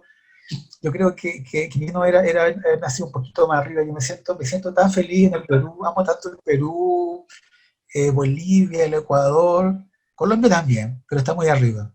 Pero yo siempre, mi corazoncito es un corazoncito andino. Me siento una llamita. Por eso me gusta el fuego, a lo mejor que soy una llamita, pero bueno. Leda dice, papá, morir del río, qué bello escucharte y escuchar a Auroro. Celebro tu sensibilidad y lucidez, querido Héctor. Abrazos desde Lima. Gracias, amiga Leda, muchas gracias. También te saluda Beethoven Medina, desde Trujillo, Perú. Tanto mis amigos peruanos, qué fantástico, lo extrañaba. Francia Ibed también te saluda, en la ciudad de Palmeras. Qué lindo, qué lindo. Esteban Moraga te saluda. De Chillán. Isabel Cristina Restrepo también te saluda desde aquí, desde Medellín. Celebra tu respeto, tu aceptación por la sensibilidad estética. Cuenta que está escribiendo un pequeño diario para su pequeña chiquita que viene en camino. Chiquita que es mi primera sobrina. Lo suponía que era tu hermana. Está completamente conmovido escuchándote y celebrando tus palabras para la escritura y para la creación. Y acaba de escribir también Freddy Yeser, poeta colombiano desde Buenos Aires. Freddy querido también, gran poeta. Y dice raro vos. Mucho orgullosamente raro. Orgullosamente. Un poema siempre es un triunfo, muy cierto. Maravilloso este compartir, gratitud. Abrazo para los dos desde Buenos Aires. Lindo, Freddy, lindo, lindo. Héctor, para no abusar de tu generosidad, de tu tiempo, sé que tienes una lectura también en media hora. Estás participando. Yo estoy feliz conversando contigo, estoy encantado. Yo también, y hay bastante, ¿no? Hay bastante para conversar. Héctor, hay una tradición enorme, esto ya es repetir lugares comunes, pero hay grandes nombres que nos acompañan desde Chile. Ya mencionábamos esas 4 figuras tutelares, pero también está Diego Maqueira, está Soledad Fariña, está Berenguer, Carlos Cosiña, Sonde, bueno, ahí creo que estás muy bien acompañado. Solamente por hablar de una generación, viene otra y vendrán otras, lógicamente. Quisiera que nos contaras un poco, que nos cuentes también sobre todo ese murmullo que hay alrededor ahora del Premio Nacional de Poesía, donde hay 3 enormes poetas ahí. Ya no me van a querer entonces ya. ¿Cómo? Ya no me van a querer ahora. No, mira, es que aquí es muy raro, porque Chile es un país que todo el mundo es un país de poetas y un poco como que nos vanagloriamos tanto de eso, un poco soberbiamente, pero pasa algo muy extraño, que acá no hay premios de poesía, no hay concursos de poesía, no hay un festival nacional de poesía, de hecho no hay festivales de poesía. Lo que se hacen, bueno, hacen encuentros, pero no hay como hay festival, no sé, Buenos Aires, festival de Medellín, qué sé yo. No existe un festival que tenga una tradición. Yo mismo hice con un conjunto de amigos, con Pablo Paredes, Paula Vaca, otros más, que son mis compinchas de generación. Hicimos un festival entre el 2004 y el 2014 que se llamó Poquita Fe. y que responde un poco al espíritu de las antologías. El 2004 fuimos invitados, el Pablo Paredes y yo, a un encuentro en Buenos Aires. Nos fuimos en un bus, cruzamos la cordillera, fue precioso ese viaje, y fuimos a Buenos Aires en 2004. Era nuestra primera salida al extranjero, a un festival. Entonces íbamos dichosos como van los chiquillos ahora a sus primeros festivales, en buses que recorren de Perú a Ecuador, de Ecuador a Argentina, en Chile, unos viajes maravillosos, esos viajes que uno hace de poeta joven, que son de la maravilla. Ese viaje hicimos con mi amigo el Chico Paredes, nos fuimos a Buenos Aires. Que bueno, hay que pensar que es una Argentina en Buenos Aires que está después de la crisis, ¿no? Que fue el 2001-2002, que fue muy fuerte. Entonces llegamos un poco a un país en ruinas. Pero, como siempre, casi siempre, la poesía fue el primer fénix de ese renacimiento. Y ahí estaba Cucurto, ¿no? Washington Cucurto haciendo los libros con las cartoneras, que recogía ese momento de la crisis, ¿no? Que hicieron algo muy lógico. Si estamos llenos de basura, de cartón, de cosas en la calle, pues hagamos los libros de poesía. Y la metáfora, yo también fui editor cartonero en México. Para mí la metáfora del libro cartonero es la metáfora del arte y la metáfora de la vida, que es convertir la basura, convertir la mierda en belleza.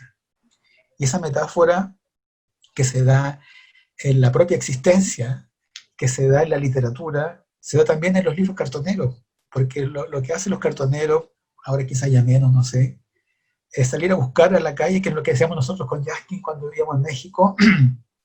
Salíamos a la noche a buscar cartones por Ciudad de México, hasta que encontramos los cartones, los llevábamos a casa, los limpiábamos, los pintábamos, hicimos libros, ¿no? La propia María Alcira, que estaba por ahí, hicimos un libro de ella, el año 2009, y de los poetas que queríamos, el libro de Ernesto Carrión, de Ecuador, de Alan Mills, de Guatemala, de Jessica Freudenthal, de Bolivia, de Miguel Ildefonso, de Perú. Hicimos un catálogo latinoamericano con cartoneros en México, con la editorial Santa Muerte. Entonces, sí hay una relación siempre, ¿no? de esa ocurrencia, que eso es lo poético, ¿no? ¿Qué es lo que sobra acá? Papel y cartón. ¿Qué es lo que falta? Libros. Pues ya está, magia. La creatividad para mí es magia. Soy un convencidísimo de que lo creativo es algo contagioso. Si las noticias, en las redes sociales, las noticias se compartieran cosas creativas, la gente copiaría todo, en el mejor sentido de copiar, de que diría, es cierto, podemos hacer esto, es cierto, que lo que pasó con las cartoneras, ¿no? que fue algo muy lógico, mira, si estamos llenos de cartones, exportar, pegar, pintar, fotocopiar o imprimir el interior y ya está, tenemos un libro. Cuando estuvimos en Santa Muerte Cartonera con Yaskin en México, viajamos por Centroamérica, nos fuimos, hicimos un viaje poético hermoso, partimos de Ciudad de México a Chiapas, al sur de México, hicimos talleres de poesía ahí, le enseñamos a los chiquillos que vivían allá, y ellos armaron su propia cartonera. Cuando fuimos a Guatemala, enseñamos a hacer cartones, los libros cartoneros, y se armó una cartonera en Guatemala. Después nos fuimos a Salvador, enseñamos a hacer los cartoneros y se armó una cartonera, lo mismo en Honduras, qué sé yo. Y todos me decían, pero si es tan simple, ¿por qué no lo hicimos antes? Yo le digo, porque justamente lo creativo es una magia, es un milagro. Uno ve y dice sí. Ni siquiera se hace mayor explicación científica, ni objetivo, metodología, hay cosas que uno ve y dice sí, y son definitivas. Uno dice sí, esto es. Y con los cartoneros pasó eso, pasó que uno veía el proyecto y veía el libro cartonero, y era sí, esto es así. Hicimos talleres en escuelitas, hicimos talleres en universidades, hicimos talleres en centros culturales, hicimos talleres en congresos, invitados por el gobierno, hicimos mil cosas. Pero mi experiencia cartonera, la que más me emocionó y la que guardo así profundamente, fue que estábamos en Tegucigalpa, en Honduras, y nos invitaron a un pueblito, a San Juan, un pueblito mágico. Y fuimos allá, y nosotros dijimos, bueno, que tengan el cartón allá y con eso basta. Y nos dijeron, es que ni siquiera hay cartón, ni nada. Entonces dijimos, bueno, vamos a viajar con cartones, y estábamos en esos buses, los picabús, los buses de Centroamérica, con cartones, con todo, las pinturitas, las témperas, el corte de cartón, todos los materiales. Y llegamos a una escuelita que era una casa, y estaban los apoderados fuera esperándonos, y había una chica que es un ángel, que era la profesora que le enseñaba todas las cosas, todos los ramos, las asignaturas a esos niños que andaban descalzos, niños con mucho sufrimiento. Entonces, con Yaskin dijimos, bueno, vamos a hacer libro de poesía, y después dijimos, no, ocupemos las páginas en blanco. Y la profesora dijo, es que sería mejor que dejen las páginas en blanco porque los niños no tienen cuadernos, no tienen dónde escribir. Entonces, con Yaskin dijimos, sí, las fotocopias las guardamos, da lo mismo, las botamos, pero hagamos los libros en blanco. Y cuando salimos, estaban los apoderados esperándonos, y la emoción me emociona, porque nunca vi un agradecimiento a esos padres que nos decían, nuestros hijos no tienen cuadernos para escribir, no tienen dónde escribir. Y nosotros dijimos, es un cuaderno, es un cartón pegado, no es un cuaderno, no es un libro. Es un cartón que los niños nos pintaron. Y dijeron, es que nunca han tenido un cuaderno. Entonces, yo ahí me di cuenta del poder que tiene el arte, la poesía, que es un milagro. Es un milagro. Me olvidé de la pregunta primera, pero bueno, me fui por otra cosa. Valió la pena cada una de tus palabras y el olvido. Agradezco el olvido para que llegaras a esa historia tan bella que nos compartes, querido Héctor. Muchas gracias.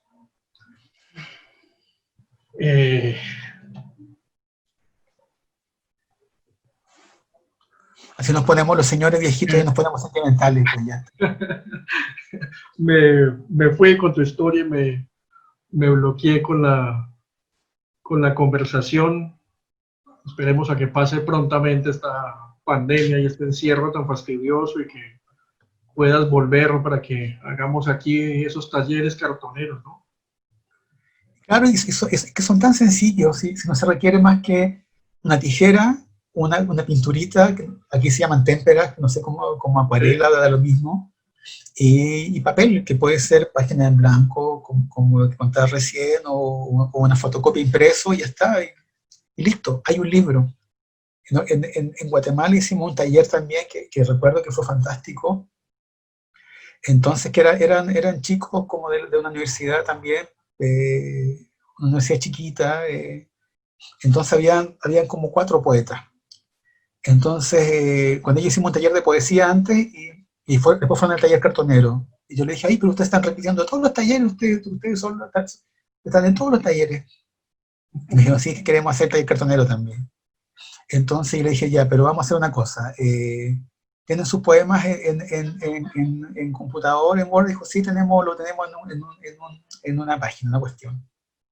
Entonces dije, ya, pásenmelo, y mientras con otros niños hacíamos el taller, yo mientras pasaba sus poemas al Word y los ponía en doble página. Bueno, la cosa es que estábamos no podíamos imprimir.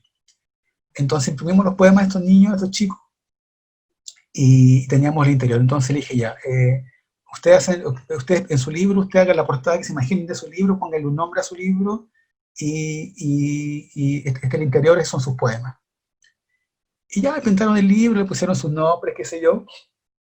Entonces después que lo engrapamos, aquí se dice corchetear, en México engrapar, no sé cómo se dirá allá, entonces se los paso y me dice, ya, chao, y le digo, pero llévense sus libros. Dice, no, pero si son suyos. Le digo, no, son sus libros, ustedes han publicado su primer libro.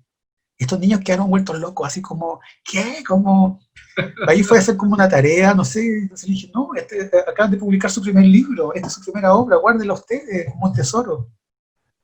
Y otra vez lo mismo, me voy a poner a llorar. La cara de esos niños alucinaban, estaban vueltos locos, decían, ¿cómo publicamos un libro así como Pablo Neruda? Me decían, ¿como Pablo? Y dije, sí, claro, como Pablo Neruda, como, no sé, García Márquez, acaban de publicar un libro, este es su primer libro publicado. Y la cara de esos niños fueron tan felices, Y sin duda, entonces ese fue su primer libro, y lo hicieron ellos, literalmente lo hicieron, lo escribieron, lo pintaron, recortaron el cartón. Entonces, esto y como te digo, como te decía al comienzo, tiene que ver con los poemas, tiene que ver con la poesía, ¿no? Tiene que ver con la experiencia de la vida, tiene que ver con lo que uno es parte de una red mayor. Si yo tuviera que pensar en un poema, yo creo que todos somos un poema en el sentido de que todos somos parte de una poesía, todos somos un poema de una poesía, de la poesía, que es algo mayor. Y no es que la poesía sea un conjunto de poemas, todo lo contrario.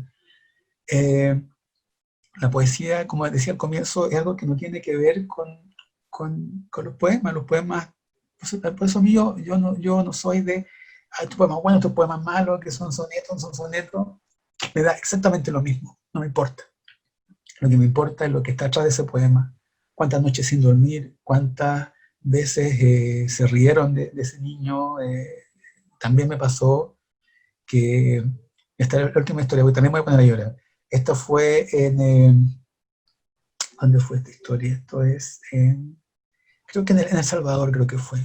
Que yo, Centroamérica, amo Centroamérica, me parece un lugar, pero que es una maravilla yo creo que todo poeta, artista, todo ser humano que se precie de llamarse humano tiene que conocer Centroamérica, porque todo cambia, no se parece ni a México, ni a Sudamérica, ni al Caribe, ni nada. Centroamérica es un lugar que es una experiencia, no es un lugar.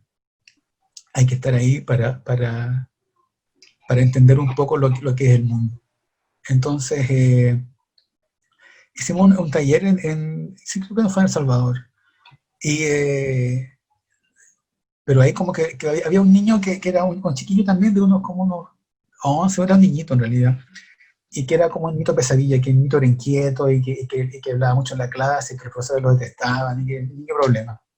Y que como yo con mi imán de gente rara, y con el niñito como que nos miramos, como que nos caímos bien. Entonces él fue a la lectura poética, y después me dijo, pero los poemas son fáciles de escribir, entonces como que si no cualquier cosa, como, yo dijo, pero si son fáciles, como que cualquiera los puede hacer. Y le dije, claro, pero cualquiera los puede hacer. Entonces, después al día siguiente llegó, porque tuvimos 2 jornadas en ese encuentro. Después al día siguiente este niño llegó con unos poemas, que era súper lindo, era precioso. Y dijo, aquí hice los poemas. Y yo le dije, pero qué fantástico, el poema. Me dijo, sí, me entretuvo, me gustó. Bueno, en resumen, después yo conocí a las profesoras de ahí, y después de mucho tiempo me dijo, es que ustedes hicieron un milagro, porque este niñito era una pesadilla y ahora se ganó un premio municipal de poesía, y el director lo adora, y es como que el colegio era famoso porque había ese niño poeta. Entonces dijo todo lo detestaba porque el cabrón era insoportable, pero el chico era insoportable, pero ahora después que se ganó el concurso, y ahora lo quieren mandar a un concurso nacional, y van a darle, quieren que después estudie literatura, no sé qué. Entonces era el orgullo primero de su casa, y en su casa no lo querían mucho porque era niño así como somos todos los niños, medio raros. Entonces en su casa no lo querían mucho, en la escuela tampoco lo querían mucho. Yo creo que su amigo tampoco lo quería mucho porque el niñito era bien especial, tenía un carácter bien fueguino, era bien de fuego ese niño. Entonces creo que nadie lo quería mucho, pero él encontró su don, encontró algo donde ese fuego, ese ánima, ese espíritu que tenía él tan desbordado, encontró su lugar, que era escribiendo. Y por eso yo me vi en él, y yo me sentí, y dije, soy yo, 30 años después. Y dije, soy yo, ese niño soy yo. Y todos esos niños niños, niñas que se encajan del mundo porque son distintos al resto del modo que sean, cuando encuentran un camino de expresión, encuentran un camino de justicia. Entonces ese niño lo tengo así como un héroe, o sea, perdí el contacto con él todo, pero me encanta contar esto porque tiene que ver con lo que hablaba al comienzo, de la poesía como transformación, como fuego, y ese niño es el ejemplo más claro de cómo alguien puede transformarse, un niño problema que en su familia no lo quería mucho, ni en la escuela, ni nadie, se convirtió en el niño más querido de esa escuelita porque es poeta, y le fue fantástico. Y eso es un milagro, son los milagros, son milagros, sí, milagros, me gusta esa palabra. Es la palabra. Querido Héctor, hay un libro del que quisiera hablar, pero el tiempo nos va corriendo. y es el libro Buenas noches, Luciérnagas. Un libro que te confieso como lector que quiero bastante, que frecuento bastante. Un libro sincero, a Demasiado. rabiar demasiado, a rabiar en la sinceridad, en la necesidad del decir. Un libro donde te despojas absolutamente de todo, donde sacas a la luz conversaciones, cartas, mails, eh, absolutamente privados, y uno se asoma por ahí a esa ventana y te ve absolutamente humano frente a tus libros, frente al computador o frente a las otras personas. Quisiera que habláramos un poco, o nos contaras sobre ese libro, qué significa para ti. Hay una frase que me gusta mucho, bueno, hay muchas, pero en una de ellas dice: uno se desespera y empieza a distorsionar el lenguaje hasta sus límites.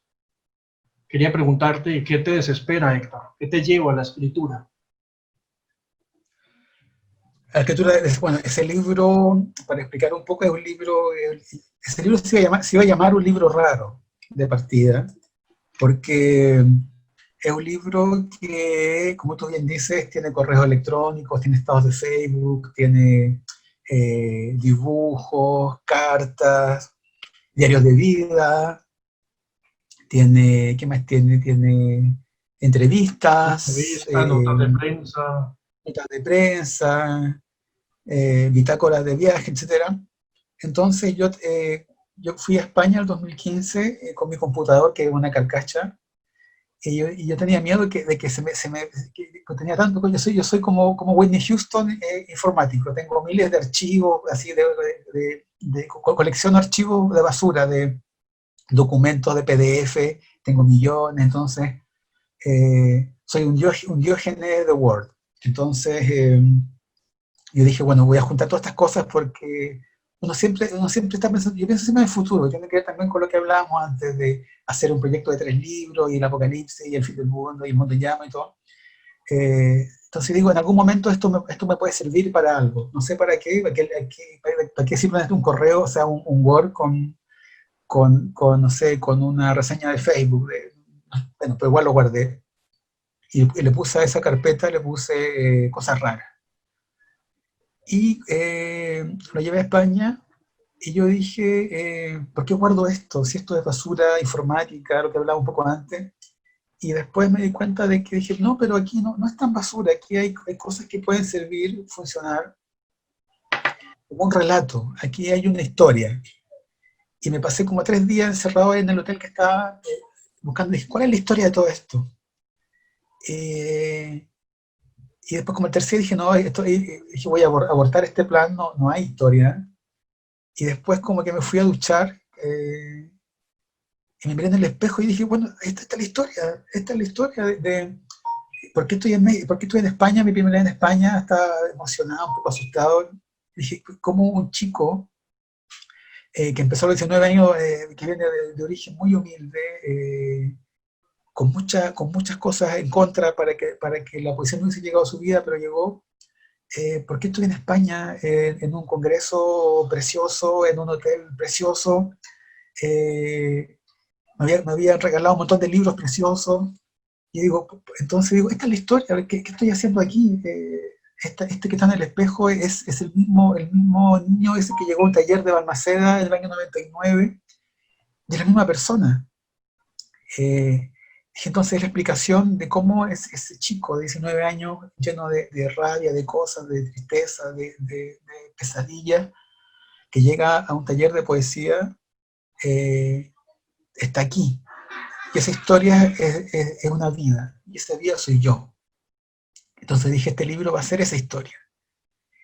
Y el libro estaba hecho, no tuve que buscar mucho más, porque todos esos materiales tenían que ver con eso, era esa vida, era la vida de un poeta.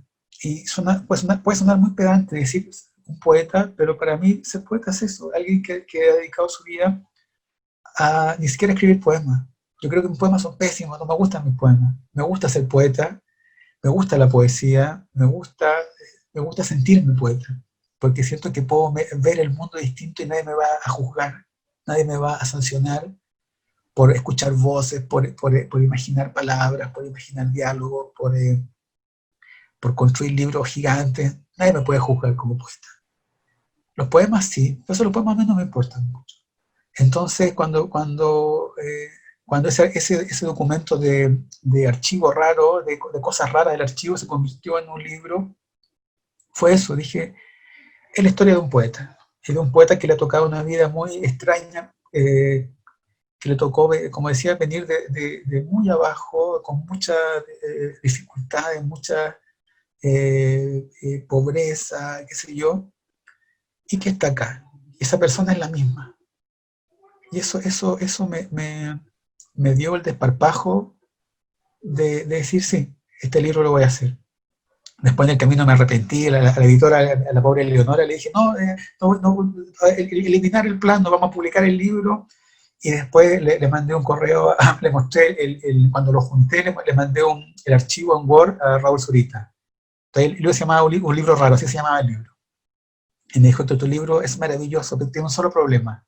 No es un libro raro, es una vida maravillosa, es una vida única, pero no es un libro raro.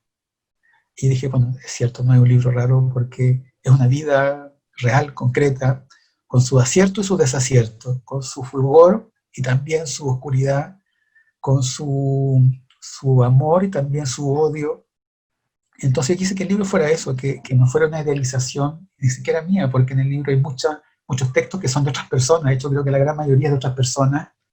Entonces quería que fuera justamente eso, un conjunto de gente hablando, que las mismas voces que estaban en mi cabecita y que hizo que los poemas aparecieran, que esas voces también tuvieran un rostro. Esas voces también eran toda la gente que aparece en Buenas noches Luciérnagas, que son cientos de personas.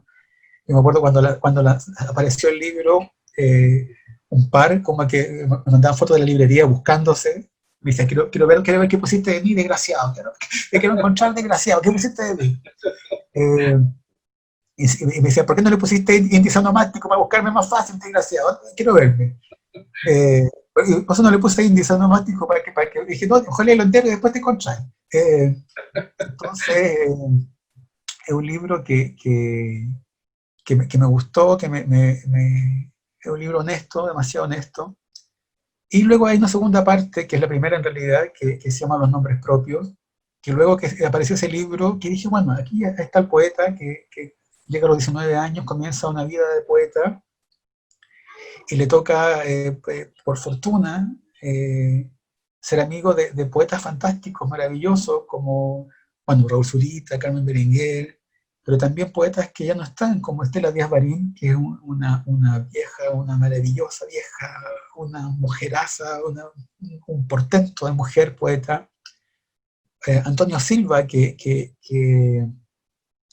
era la loca, más loca de la poesía y me enseñó mil cosas. Mismo Pedro Lemebel también, que ya no está. Entonces, es parte de una vida que ese libro, casi la mitad de la gente está muerta. Es un libro, para mí es un libro fúnebre. De hecho, hay dedicatorias de Gonzalo Rojas y de Parra que también están muertos. Entonces, para mí ese libro es un libro de fúnebre. Hay un diálogo con la poesía chilena de Juan Luis Martínez, que es la caja que están los certificados. Entonces, para mí la poesía es un arte fúnebre. Es un arte fúnebre y siento que ese libro es también de hecho la portada, para mí siempre dije es un muerto, que cuando se muere, yo creo que cuando se muere pasa un poco la portada, ¿sí? La puedes mostrar ahí, yo creo, la portada del libro, de las Luciérnagas, porque yo creo que cuando uno se muere, la gravedad del sol o del agujero negro, esa. La gravedad del agujero negro te lleva. Yo creo que cuando uno se muere, el cuerpo material, las células, los átomos, bueno, las células, todo, la carne, las tripas, la sangre, todo se queda por acá. Pero creo que, bueno, sí hay. En el centro de la galaxia hay un agujero negro. Y yo creo que ese agujero negro, la gravedad que tiene, se lleva algo así como el alma de las personas. Entonces nosotros nos vamos, nuestra alma se va a un agujero negro que está en el centro de la galaxia, y puede que sean las nanopartículas, las vibraciones, las cuerdas, pero algo nuestro se va a ese agujero negro. Y después de ese agujero negro, eh, todos los muertos, todas las almas, todas esas cosas terminan ahí. Después ese agujero negro empiezan a crecer, crecer, crecer con todos los muertos que hay adentro, y ese agujero negro se come a otro, con otros muertos, con otras cosas que están ahí. Y que así poco va a ser, porque esto lo dice la astronomía. En cierto momento los agujeros negros van a empezar a devorarse ellos mismos hasta que un agujero negro final sea el último que va a devorarse, que ya se ha devorado todo. Y ese agujero negro final va a ser tanta la gravedad y tanta la fuerza electromagnética y todas estas cosas, la interacción nuclear y todo eso, que ese agujero negro va a implosionar en sí mismo y se va a convertir en un punto, una singularidad. Y que evidentemente la segunda parte de esa historia es que ese punto último, de ese último agujero negro, en cierto momento va a explotar. Y eso va a ser un nuevo Big Bang. Y todo lo que estábamos ahí adentro de ese puntito, vamos a volver a nacer en un nuevo universo. Eso es lo que yo creo. Esa es la inmortalidad en que yo creo. No es como, no vamos a estar como que los testigos de Jehová, que en esas revistas tan bonitas que salen ahí como en Hawái, así como comiendo frutitas, jugando con los tigres. Ojalá fuera así. Pero yo creo que nuestra inmortalidad es menos glamurosa, sino que nuestras partículas, nuestras vibraciones, nuestras cuerdas, se van a agujero negro, ese agujero negro se va a otro agujero negro y termina siendo el último punto de nuestro universo. Y ahí se acaba todo, pero ese punto final vuelve a explotar. Y ese es un Big Bang. Un nuevo universo comienza y seguimos ahí. Tal como nuestro Big Bang en el que estamos ahora, también comenzó de otro universo anterior, que también murieron gente y animalitos y toda la cosa. Y cada universo que nace es el remanente de un universo anterior. Y lo más chistoso de todo, que también creo, viste que cosas raras, pero bueno, orgullosamente raro. Y lo más chistoso de todo es que yo creo que uno piensa en un Big Bang, yo creo que hay Big Bang cada 5 segundos, cada 3 segundos. Hay trillones de multillones de Big Bang. El universo está lleno de Big Bang, y el multiverso, y como se llame, estamos repletos de Big Bang. Millones de universos se mueren, millones de universos renacen. Estamos ahí, no estamos ahí. Ese universo nuevo que nace de un universo anterior, seguimos estando ahí, y posiblemente en las combinaciones químicas, orgánicas, de agua, azufre, carbono, van a aparecer algunas cosas medias con pata y con pelo, bueno, tú no, pero algunos sí, y vamos a volver a hacer otras vidas, y vamos a vivir así infinitamente, convirtiéndonos en polvito al agujero negro, y en otro universo volvemos a hacer, y nos vamos a ir, y nos vamos a volver, y así vamos, así, y yo creo que esa es la eternidad de la vida, y creo que ese, lo que hablaba Vishnu, o la mitología, o todo lo que habla la espiritualidad, los mitos, y uno sabe que cuando se muere una hojita de un árbol cae al suelo, y esa hojita sirve de abono a otras plantitas que están más abajo, y que esas plantitas sirven de alimento a otro animalito, y que la cajita de esa vaquita va a servir de vida a otro ser, a un reino fungi, y así va a ser. Y que todo está conectado en una cadena maravillosa, y que uno cree que el universo está todo conectado, también la Tierra, también nuestra casa, nuestros objetos, yo creo que tienen vida porque podemos nombrarlo, y lo que podemos nombrar tiene vida. Entonces, yo creo que eso, que el Big Bang es la despedida, pero una nueva bienvenida. Entonces, yo creo que todo está bien. Muchas gracias, querido Héctor.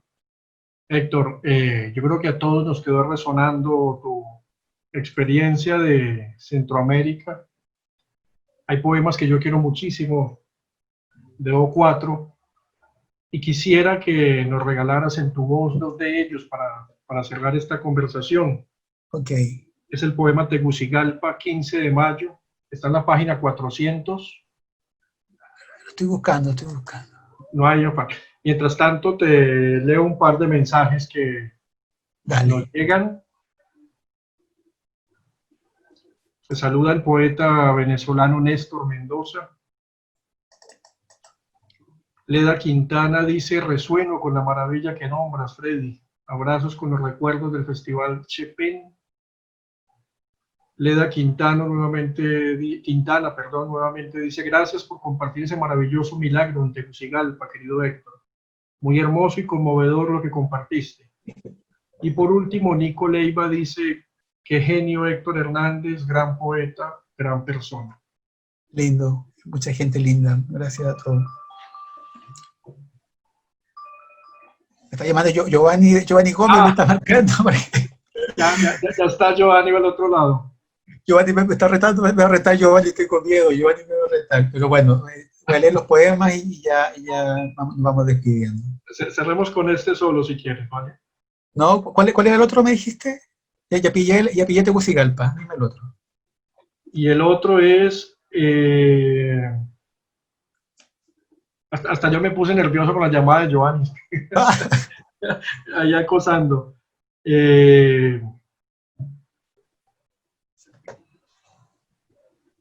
Por mientras voy a leer el Tegucigalpa y mientras tú lo buscas el otro. Yo lo leo, vale. Yo lo busco.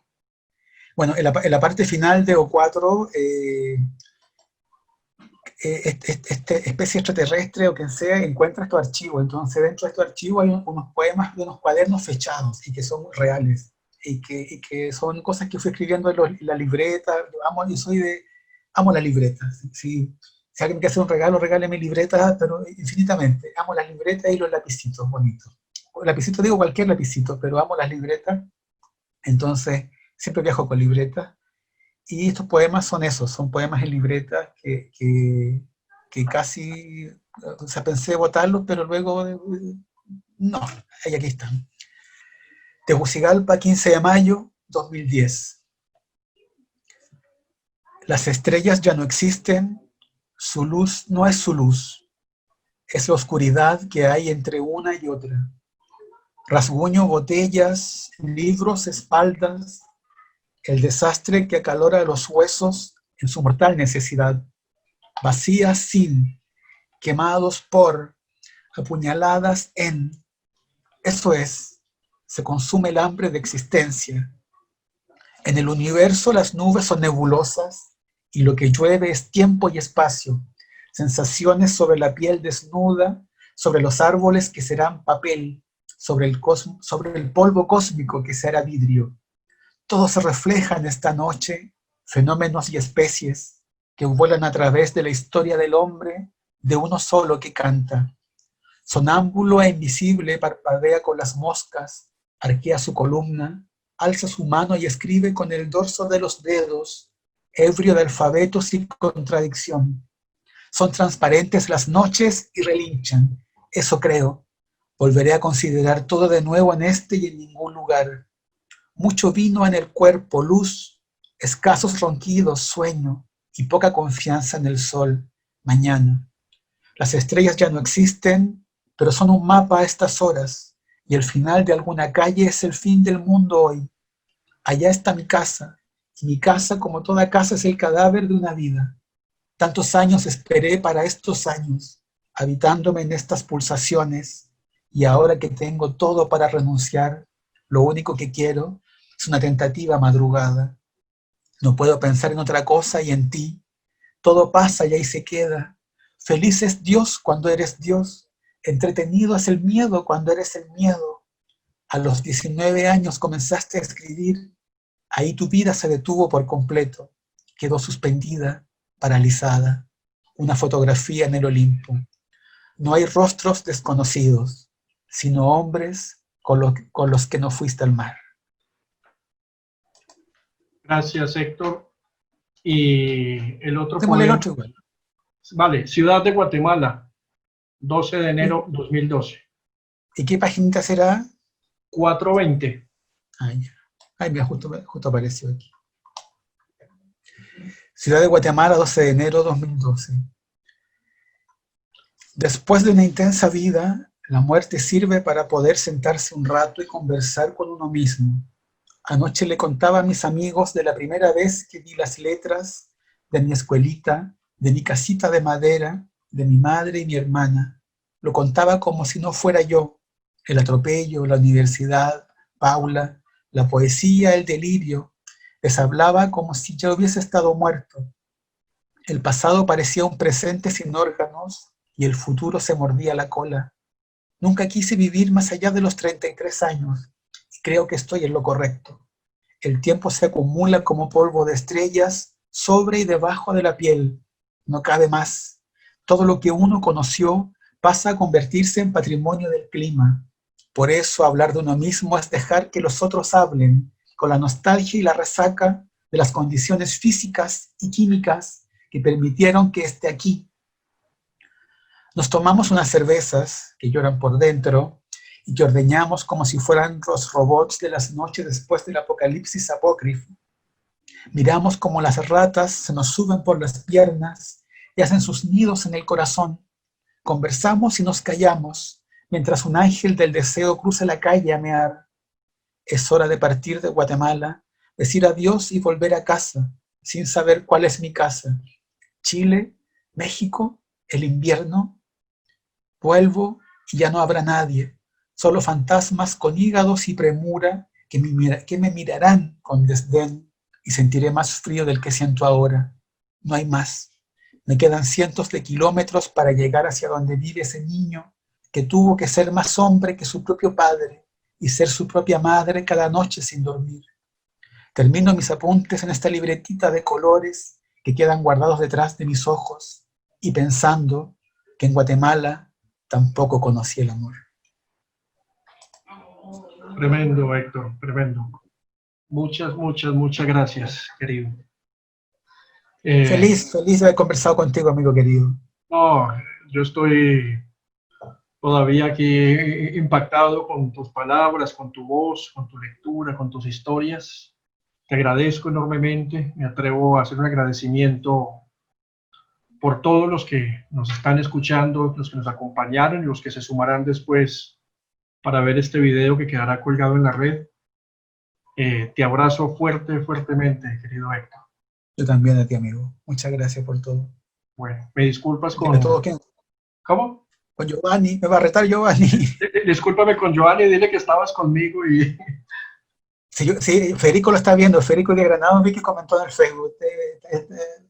Está esperándome, pero bueno, allá voy. Me voy a cambiar de pantallita, voy a cambiar de pantallita, pero allá voy. Bueno, un abrazo y saludos especiales para los amigos. Gracias a la universidad, gracias por esta conversación, gracias a quienes hicieron posible esto y a quienes nos escucharon. Muchas gracias.